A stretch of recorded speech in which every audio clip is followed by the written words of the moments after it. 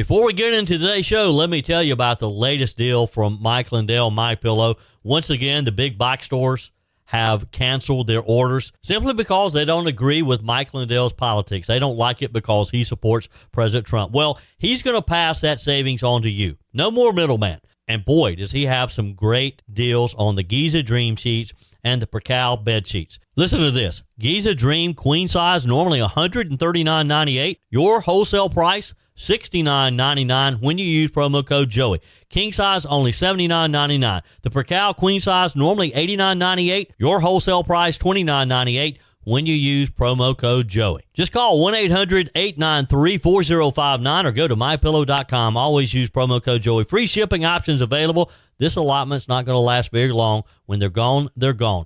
MyPillow.com.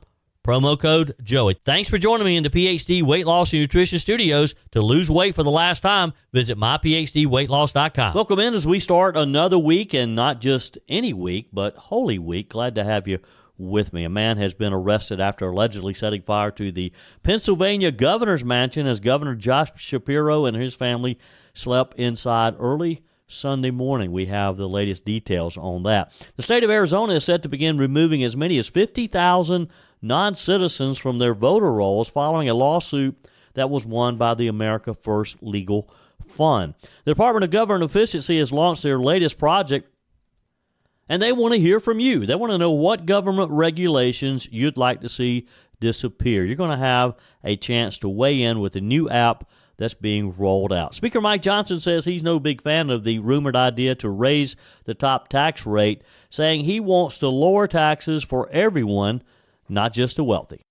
I told you we'd be back. And ye shall know the truth, and the truth shall make you free. It's Joey Hudson. I wanted to name it the Joey Hudson bill, but, they don't allow you to put names on bills. But I wanted to call it the Joey Hudson bill because I know that one's been near and dear to you for a number of years. That's how it's done. Let your voice be heard. And the truth shall set you free. Here's Joey Hudson.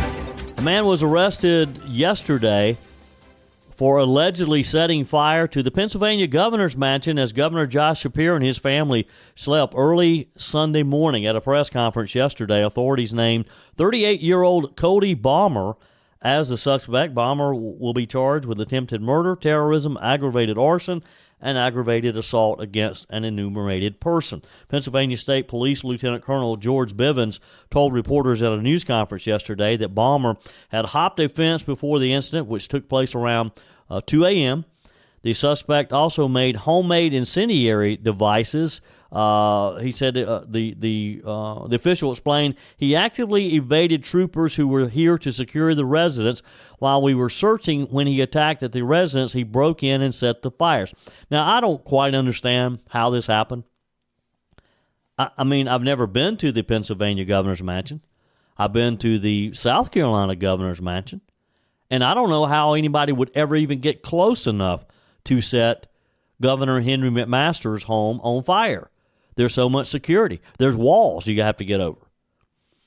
The fire broke out, as the story is told, overnight after Shapiro, who is considered a potential presidential contender as a Democrat candidate in 2028, his family celebrated the first night of the Jewish holiday of Passover and was in the bed asleep at 2 a.m.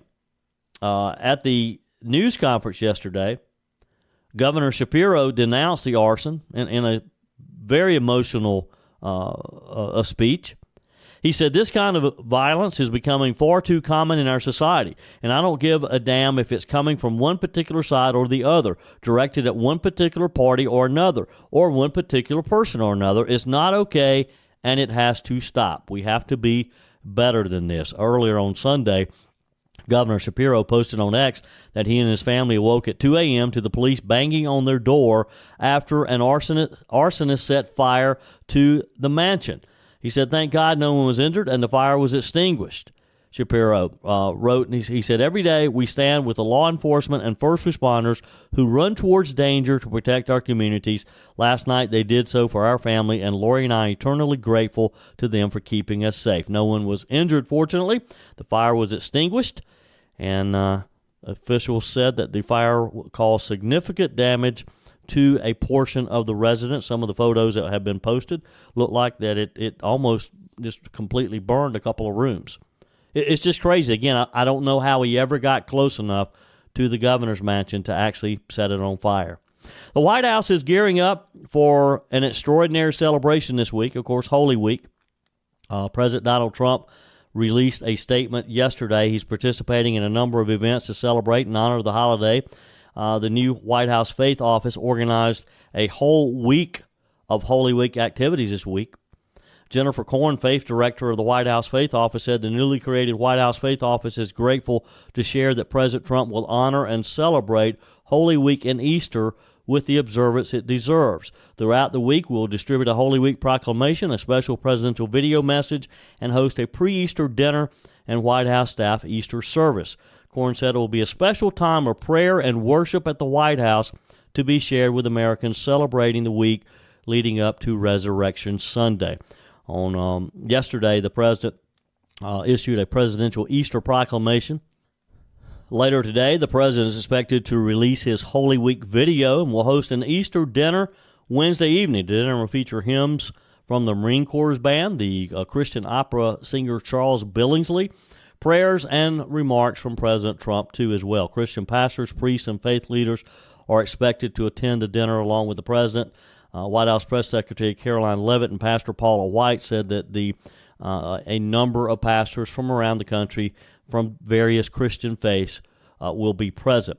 On Holy Thursday, the president is expected to host a staff worship service at the White House where Reverend Franklin Graham, Pastor Greg Lowry, Pastor Jensen Franklin will participate in prayer, scripture, service, and communion.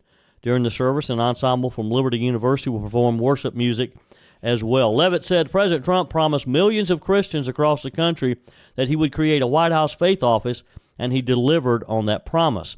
The White House Faith Office has put together an extraordinary week-long celebration for a Holy Week ahead of Easter Sunday. Leavitt stressed that this is another sharp contrast with the previous administration. Leavitt noted that last year, and this is, I remember this, it's hard to believe that this took place in the White House, but she pointed out that the Biden White House marked Easter Sunday, which fell on March the 31st of 2024, and it happened to be, calendar-wise, Transgender Day of Visibility. You remember this? This is just another example of how far we have come.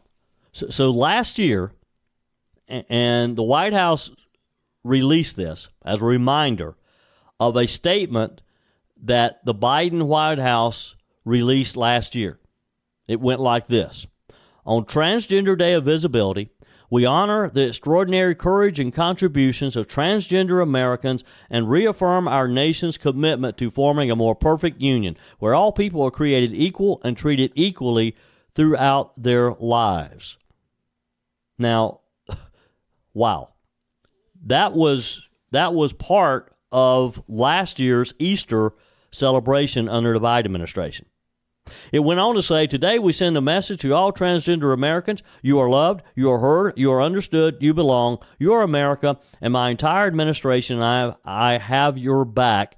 Now, therefore, I, Joseph R. Biden, Jr., President of the United States, by virtue of the authority vested in me by the Constitution, do hereby proclaim March 31st, 2024 as Transgender Day of Visibility. Now, that's what the Biden administration was doing last Easter. Fast forward to this year, and President Donald Trump has created a whole new faith office in the White House, and they're honoring and they're celebrating and they're praising the whole reason of Easter. At the time last year, Leavitt, who was serving as Trump's campaign national press secretary, she blasted Biden's proclamation as appalling and insulting, calling it an example of the Biden administration's years-long assault on the Christian faith. Well, folks, we can proclaim this week, this Holy Week, that's behind us. Those days are behind us. Joe Biden is retired. And if we do our work, and if we do what we're supposed to, we won't have to deal with that again. If we keep the faith, if we keep working hard to to win elections next midterm, if we add to our majority in the U.S. House, if we add to a majority in the U.S. Senate, and we start working now to lay the foundation to win the White House again when President Donald Trump's term is up, we don't ever have to worry about another Transgender Day of Visibility being declared on Easter Sunday. Wow. I wish I hadn't even read that. I wish I hadn't been reminded of what we were doing this time last year. It's going to be a good week this week, though, as we honor what this week represents. Be sure and take a few minutes and reflect on your life, reflect on what Jesus Christ did for you and me. And that's why we're able to have the freedoms that we have today. Hi, Joey Hudson here. You know, this spring there's a renewed energy and focus on efficiencies, and shaking up unhealthy habits don't serve us well. There's so much chatter about making America great again, but it starts in your home with you being the best, healthiest version of yourself. And PhD Weight Loss is doing their part because for the first time ever, the first 11 callers get 2 free weeks added to your weight loss program. That is huge. PhD's out to prove that you don't need Big Pharma to reach your goals. It just creates dependency, not long-term change. Dr. Ashley Lucas researched weight loss trends for years and discovered a scientifically proven way to retrain your body to burn fat efficiently without hunger, extreme exercise, or dangerous medications. PhD clients watch their belly fat disappear, their energy skyrocket, cholesterol and blood pressure normalize without starving themselves. I lost over 30 pounds and I've never felt better. So call now and mention promo code Joey for my 2 weeks for free with my program. Call 864-644-1900. That's 864-644-1900 or go to myphdweightloss.com. One more thing on Easter before we move on to the news of the day, and we have a lot of breaking news today. A secular primary school in England is in the news over the weekend after they faced a backlash from Christians after it canceled its annual Easter parade and service to create a more, quote, inclusive environment. Around 50 Christians gathered outside a Norwood Primary School in Eastleigh, Hampshire, to protest the school's decision. This according to the Telegraph. Protesters from the Disciples of Christ Church held signs that read, "Christ is King," "End the persecution of Christians," and "The one true faith." They also held a banner that read, "Head teacher Stephanie Mander wants to cancel Easter. Let's cancel her." Mander reportedly sent a letter home to parents informing them that the school's Easter bonnet parade and Easter service would be canceled to make sure that all beliefs are respected. Her letter reportedly said, "By not holding specific religious celebrations, we aim to create a more inclusive atmosphere that honors and respects the beliefs of all our children and their families." According to the Telegraph, Mander's letter said she sympathized with the families who would be disappointed by the decision, but believe canceling the Easter celebrations better, quote, aligns with our values of inclusivity and respect for diversity. Evidently, England still has DEI. And they're still going through the cancel culture. The letter went on to say, "We're exploring alternative ways to celebrate the season in future years that will be inclusive of all children and reflect the rich cultural diversity of our community." Now, students will still learn about the religious holiday, according to the teacher in the classroom, through an arts and crafts activity, and they will be taught in other ways, according to the teacher. The Christians who showed up to protest warned that Christianity was being sidelined in the United Kingdom. One parent said, "When I was in school, Christianity was very much a part of it. I and many others believe that a foundation in Christianity is really good for children and society. Christians are fed up of being pushed out and being called names." Nikki Cantani, leader of the UK Independence Party, who also spoke at the protest, reportedly said, "We are saying that Christianity is being put to the side so that head teachers can tick a diversity box to receive more money." A handful of parents stood nearby and held a counter-protest in support of the school and the head teacher. Look, they're woke people all around the world, and this is the kind of stuff that the American people stood up against last November by electing Donald Trump. And look, we still have some of it in the United States, but we're slowly but surely wiping this out as we should. Did you see the news over the weekend? For those of you who caught part of the Mike Gallagher show on Friday, I was hosting again. I hosted all last week. Had a great time doing that while Mike was on vacation for his birthday, his 65th birthday. But he had quite the ordeal of getting back home. He was on an international flight that was headed into Atlanta. It was diverted because of weather to Montgomery, Alabama. He ended up staying on the plane itself, on the tarmac at Montgomery, Alabama airport, because it's a smaller regional airport. It's not an international airport. There's no customs there, so they would not let them off of the plane for 7.5 hours. They ran out of food. They ran out of water. The restroom stopped working. As you can imagine, it was mass bedlam. Eventually, they were allowed out of the airplane at about 5 a.m. Friday morning, and they were escorted into a contained area where they had other security guards there to guard them, to keep them from going in other areas of the airport. They eventually made it on to Atlanta later Friday morning. It turned into an ordeal. Well, it made the news. It made international news, actually, as Fox News, the Daily Wire, the Daily Mail, USA Today, People Magazine, a lot of places, all the networks were covering the fact that there's about 300 passengers total. And it wasn't just Gallagher's flight. There was one other flight that was in the same situation, again, another international flight.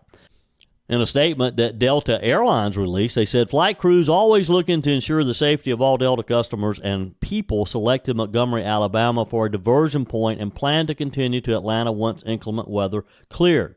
Because the regional airport lacked U.S. customs, they were not able to disembark from the aircraft initially. The spokesperson said flights from international points of origin must arrive at an airport customs and border protection staffing and facilities for processing. This was not possible until early Friday morning when a special accommodations was reached with Montgomery airport officials. Mike said that they actually talked about having some border customs and border staffing drive from Atlanta to be there to help accommodate them.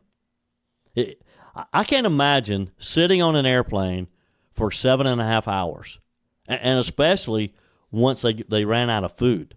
I mean, and even when they got into the terminal, Mike said that they only gave them snacks. Wow. Delta says that they're going to give them full refunds.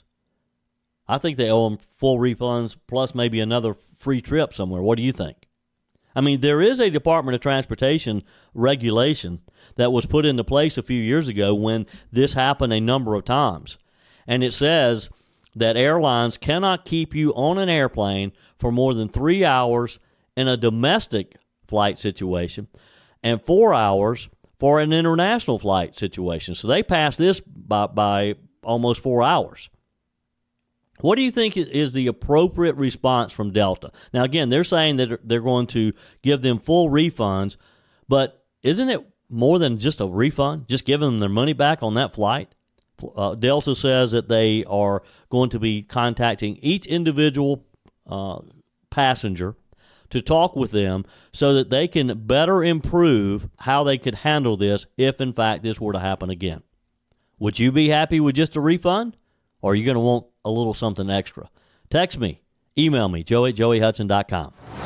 Continuing today's show, Arizona, they have 15 counties now that are officially verifying and removing non-citizens from their voter rolls, following a legal push that targeted nearly 50,000 registered voters who did not provide proof of U.S. citizenship.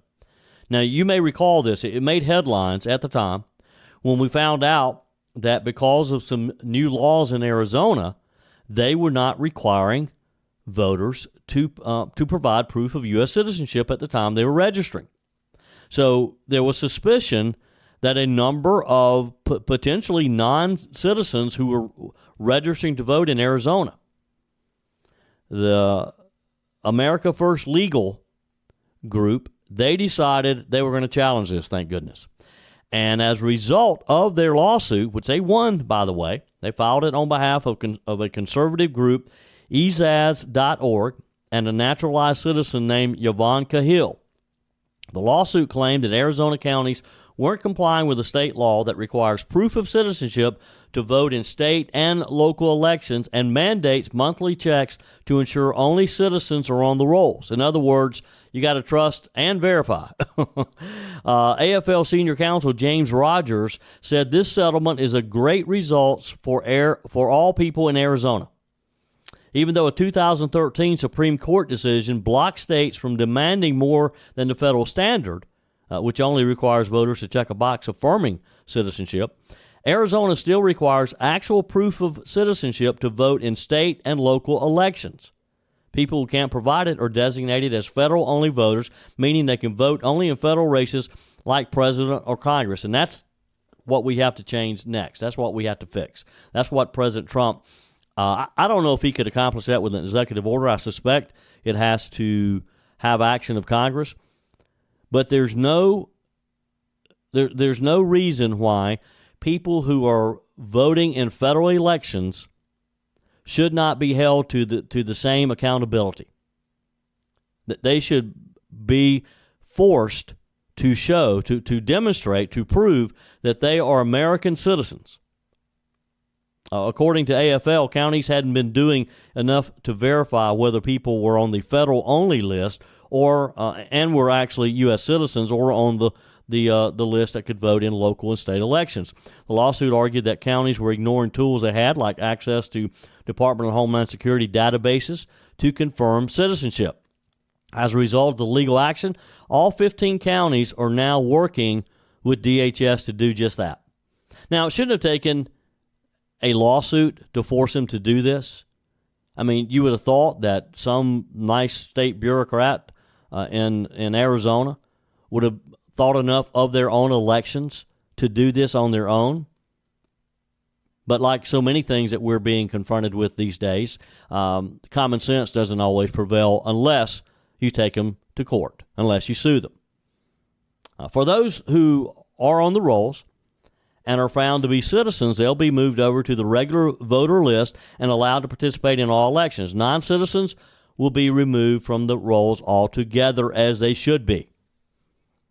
Mr. Rogers said this will help county recorders find and remove any aliens on their voter rolls. It will also potentially enfranchise federal-only voters whose citizenship is confirmed, which would allow them to vote in state and local elections. It's a big moment in Arizona, where election integrity has been a hot-button issue for years now, and with the 2026 election cycle getting heated up, you can expect a lot more of this around the country.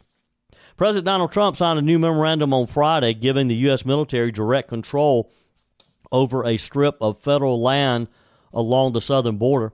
It's aimed to boost efforts to stop illegal immigration. It's down considerably, as you know, but we have to stop it completely. The memo, titled Military Mission for Sealing the Southern Border of the United States and Repelling Invasions, authorizes the Department of Defense to take over the Roosevelt Reservation, which is a 60-foot wide zone of federal land that runs along parts of the U.S.-Mexico border in California, Arizona, and New Mexico. This will allow military forces to conduct border security operations in the area, which could include building barriers and installing surveillance equipment. Maybe a wall, too? Who knows? The order specifically excludes any federal Indian reservations, but hands over jurisdiction of other designated lands from the Interior, Agriculture, and Homeland Security Departments to the Pentagon.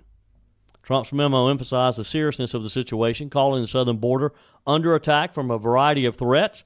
He wrote that the military must now play a more direct role than in recent years to protect national security. Originally, this was set aside by President Theodore Roosevelt in 1907 to help maintain control and visibility along the international boundary. The Roosevelt Reservation has long existed as a legal buffer zone. Trump's directive now designates part of it as a formal military installations or national defense area, which gives the military new authority to carry out defensive operations on that strip of land. The Defense Secretary will decide what actions are reasonably necessary to carry out the mission, according to the memo. That could mean increased surveillance. It could mean fortification of walls that are already there. It could mean deployment of personnel and resources all along the terrain. Whatever our U.S. military has to offer, they can use along that area to protect our borders, to protect us from being invaded or the invasion to continue.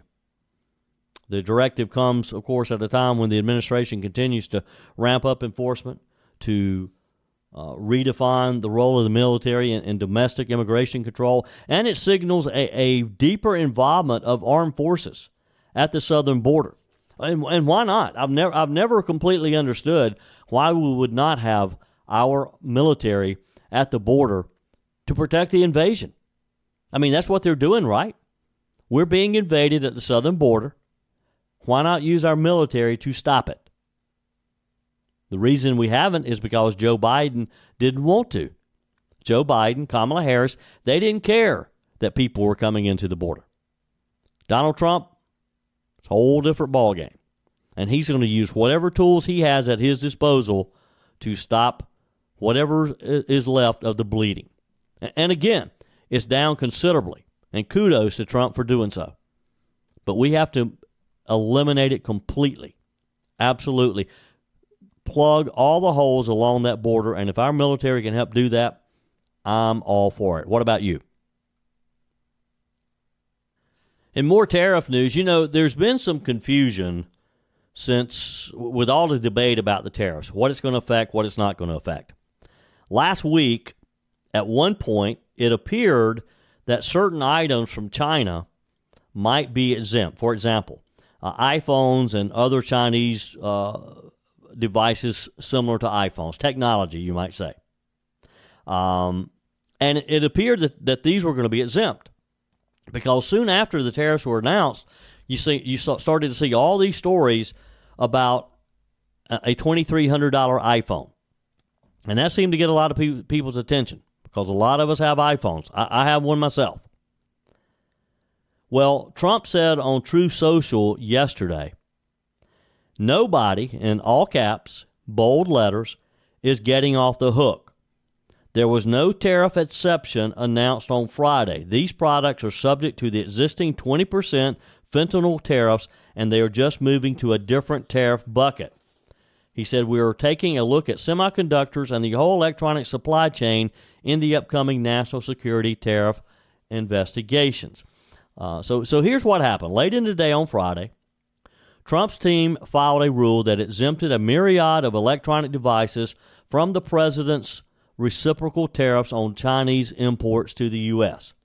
The ruling appeared to grant a reprieve for Apple and other consumer electronics makers who were facing tariffs of up to 145%. More than 80% of Apple products are assembled in China. This according to data from Evercore ISI. Apple CEO Tim Cook has courted close relationships with Trump amid the tariff push to try to get some exemptions. Even before Trump upped the ante on China, experts were saying that top iPhone models could cost at least $2,300. This had a lot of people panicking. Prior to Trump's clarification yesterday, Commerce Secretary Howard Lutnick publicly explained that electronics being imported from China will soon face their own unique tariff. He said, so what he's doing is he's saying that they're exempt from reciprocal tariffs, but they're included in the semiconductor tariffs, which are coming in probably a month or two. So these are coming soon, Lutnick told ABC News this week yesterday. Last Wednesday, as Trump's suite of customized reciprocal tariffs rates were set to go into effect, he gave a 90-day pause for certain countries. This is kind of when things got confusing, because this is when some people started thinking about or talking about the semiconductor exemptions, thinking that this would cover China. It's not going to. We still could end up paying $2,300 for an iPhone because there's still going to be some additional tariffs or increased tariffs on semiconductors and other electronics from China. So I'm sorry to be a bearer of bad news if you're concerned about paying $2,300 for an iPhone. Maybe hold on to the one you have for a while until this passes, because it too shall pass. Your comments are welcome on the Firmin Ford text line, 864-477-JOEY. That's 864-477-5639. Emails always welcome, joey@joeyhudson.com. Speaking of the Firmin Ford text line, it's never been more important to support locally run businesses owned by people who actually live here in the upstate. Let me take a minute to talk with you about our friends at Firmin Ford. If you're looking for a new vehicle, maybe a great pre-owned vehicle, one you can trust, or maybe you're looking to order that special vehicle.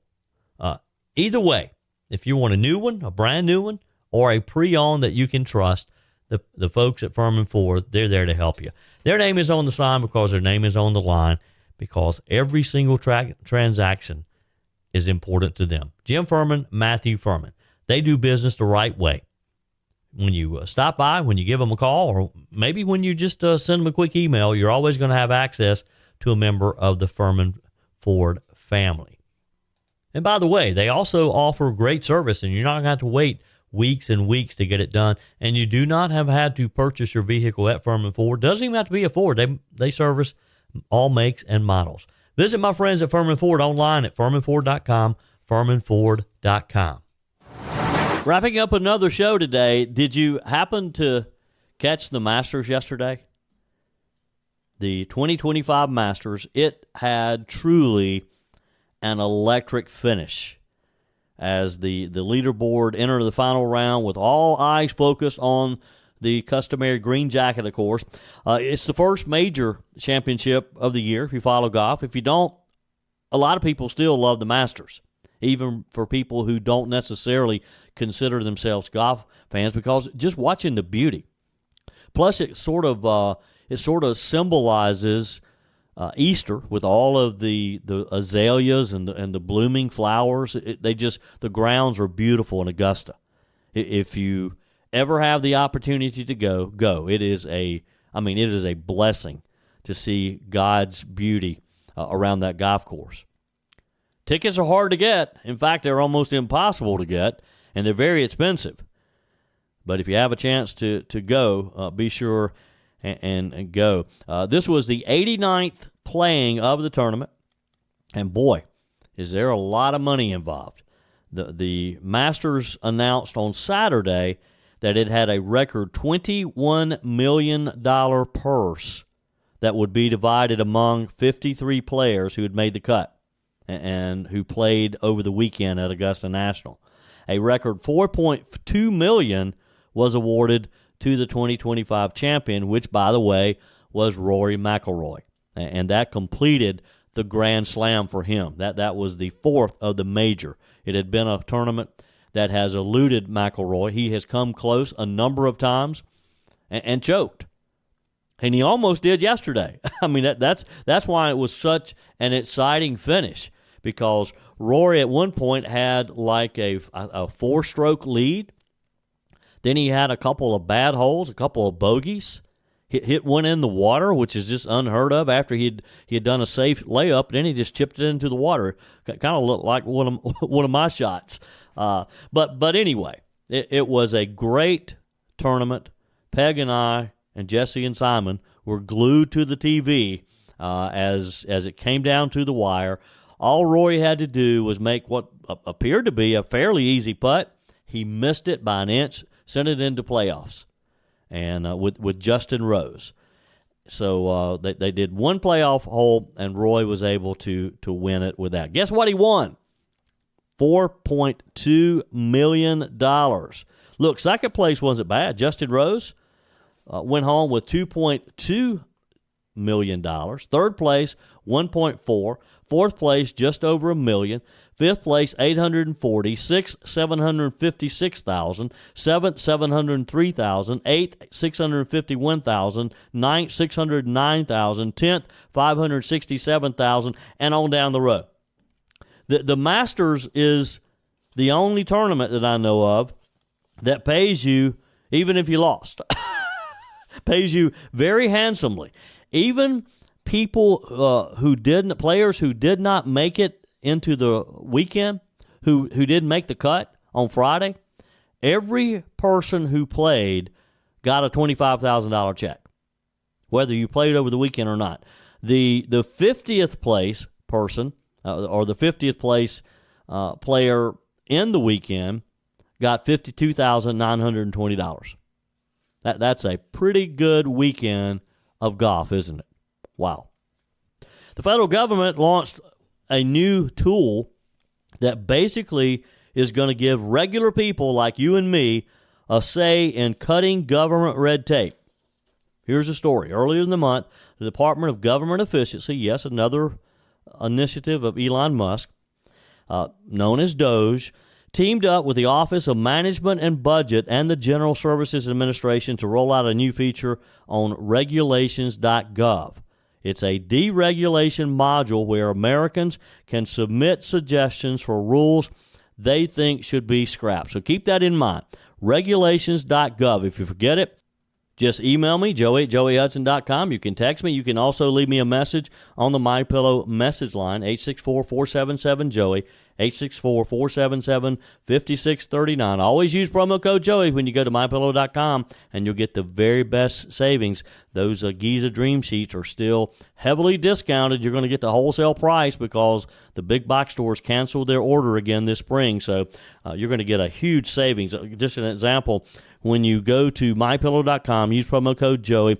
The Giza Dream Sheets, normally $139.98. You're going to get them at the wholesale price of $69.98 for a queen set. A king size, only $79.99. So MyPillow.com or call 800-893-4059. So this, according to the White House, this, of course, is all about transparency and putting people ahead of the bureaucracy.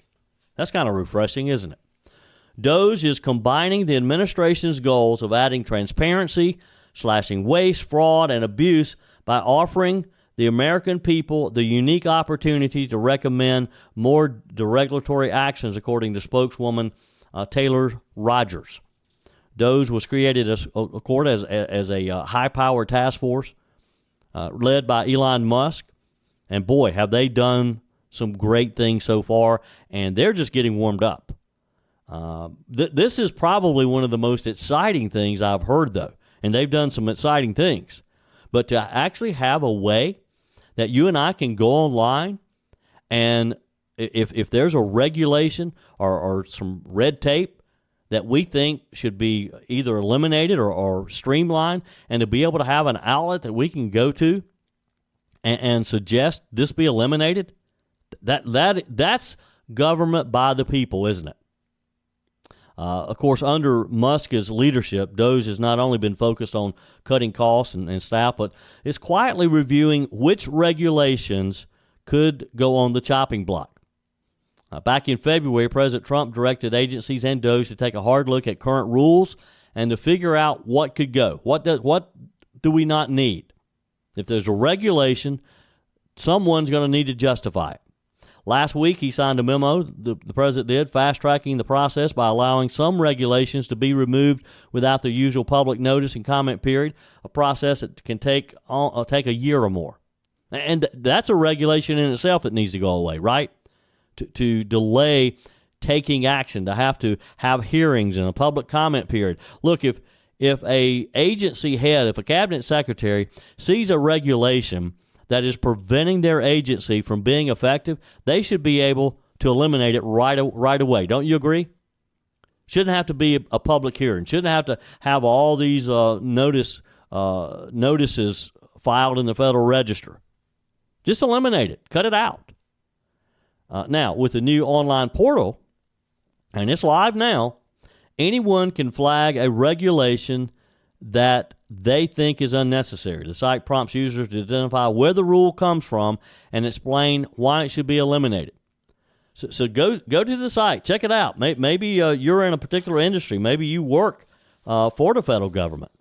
Go to regulations.gov, and you'll see in the menu an area where you can check it and go to this deregulation module and submit your suggestions. The whole effort is part of Trump and Musk's broader plan to streamline government, to give government back to the people, to give us a voice in how it's run. Whether it leads to real change, we'll see. But look, it's not going to hurt anything, is it? We certainly just can't keep doing what we've been doing. A lot of people have been very critical of Elon Musk because he's not a federal employee. Well, so what? Do you care that Elon Musk is not a federal employee? I don't. I just like what he's doing. And if he can get the job done, if he can cut the size of our government and get us out of the mess we're in, I'm all for it. Good for him. Again, that website is regulations.gov, or just email me, joey@joeyhudson.com. That's it for today's edition of Just the Truth. Thanks for joining me in the PhD Weight Loss Studios. To lose weight for the last time, visit myphdweightloss.com. If you haven't joined my mailing list yet, visit my website, joeyhudson.com. Click on the Connect with Joey button so that you can receive our emails and the most up-to-date news. Also, join me on my YouTube channel. Be sure and like, comment, and subscribe. Just search for Joey Hudson. As always, thanks for spending a few minutes of your day with me. Do me a favor and forward this episode to a few friends. Just click on the share button and send to your contacts. We need to build an army of conservatives to win our country back, and we can do that by continuing to share the truth with our friends and family. Keep those comments coming via the Firmin Ford text line 864-477-JOEY. Email to joey@joeyhudson.com, and I love your messages on the MyPillow message line. Again, that's 864-477-JOEY, 864-477-5639. Be sure and take advantage of the MyPillow special, just $14.88 on the standard MyPillows when you use promo code Joey. Order online at mypillow.com or call 800-893-4053. We're back again tomorrow and hope you'll plan to join us. Until then, remember, God's got this. He's still in control.